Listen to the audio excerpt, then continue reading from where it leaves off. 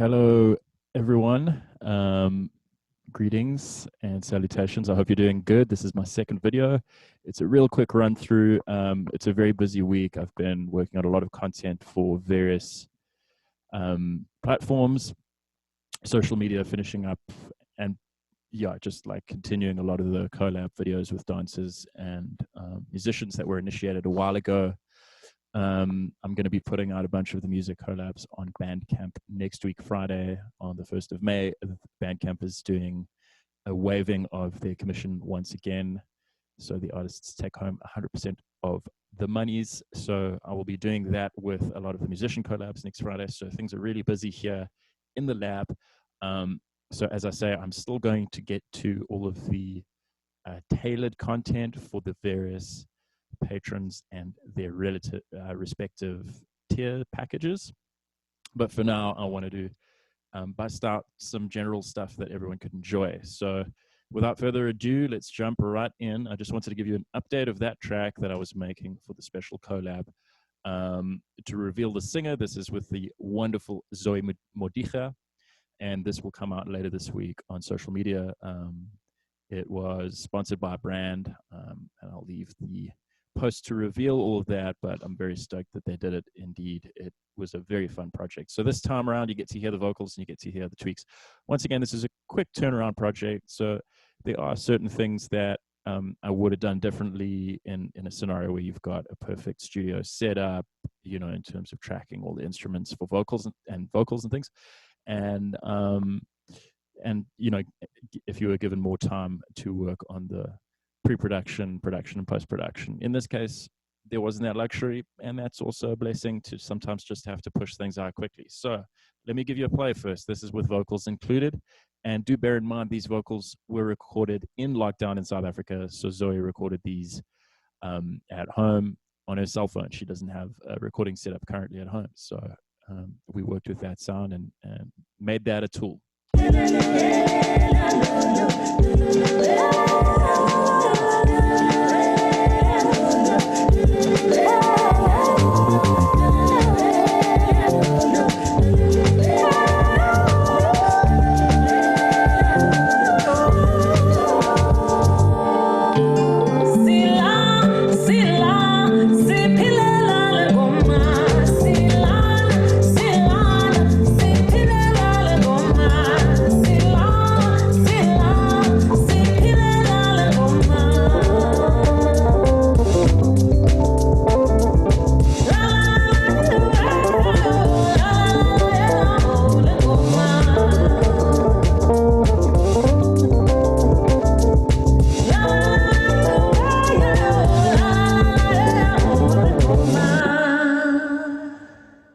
Okay, so Zoe did an absolutely stunning job of recording my vocals. She sent me 4 backing vocals here in the beginning. I'm just going to solo these.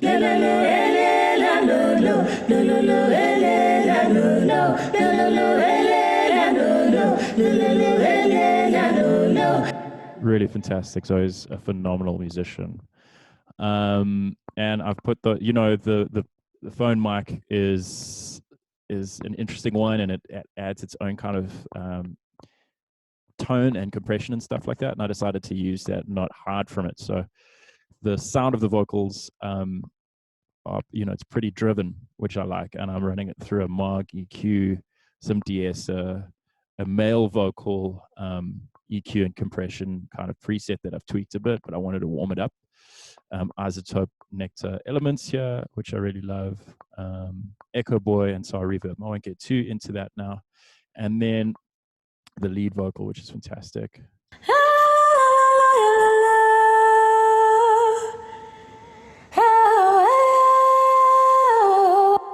Yeah, this is a remix version of her single LENGOMA, which I recommend you do check out on YouTube. It's fantastic. And so I took the existing melody from that and effectively started the song with a D minor to G minor, which is evident in the original, as well as the Afrobeat kind of drum beat. And later on, I reharmed it in those harmonies I talked about in the last video, along with the melody. And then Zoe responded to the instrumental that I sent her. And so her vocals are also reimaginings of the song. And that's great because I you know, I remixed it with her original melody in mind, and of course, this sparked new ideas in her. So this is really a very much Mark II version, or whatever you want to call it. So yeah, I've got a bunch of processing on a lead vocal here as well. Also basically the same as the VVs, just with tweaked settings accordingly. And she played some stunning guitar here. And again, this is going through her cell phone mic, so it's got a certain tonal quality, which I really like.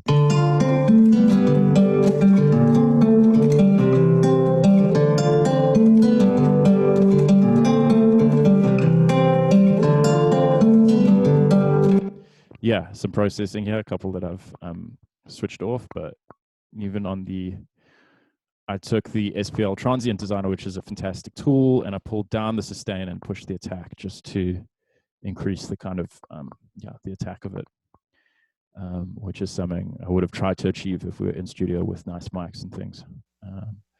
And then the beat is fundamentally the same as last time. There's been some tweakings to the mix and EQs and things, which I won't get into now.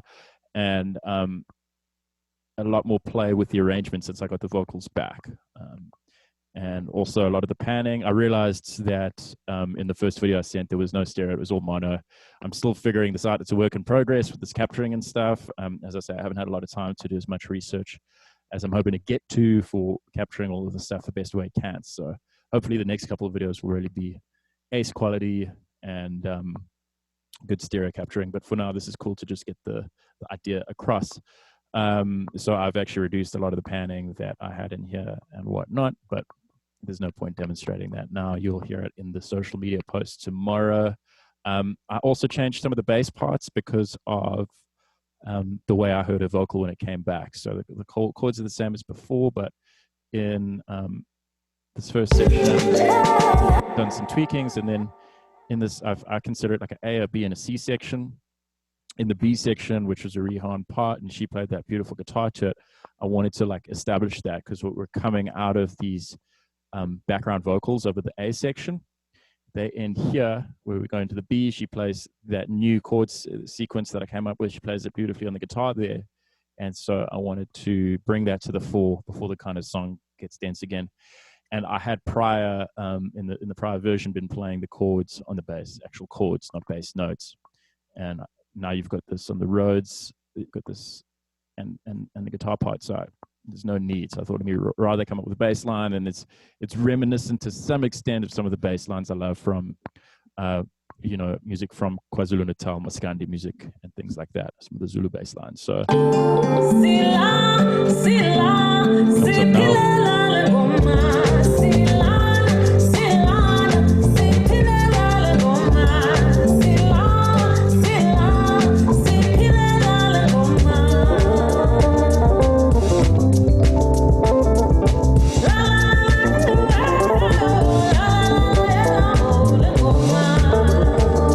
This is really a new, a reimagining of this melody that she came up with. If you listen to the original, you'll hear the second vocal melody that she sings. That's how I heard the solo happening, and she created this beautiful new version of it for this, which I absolutely love.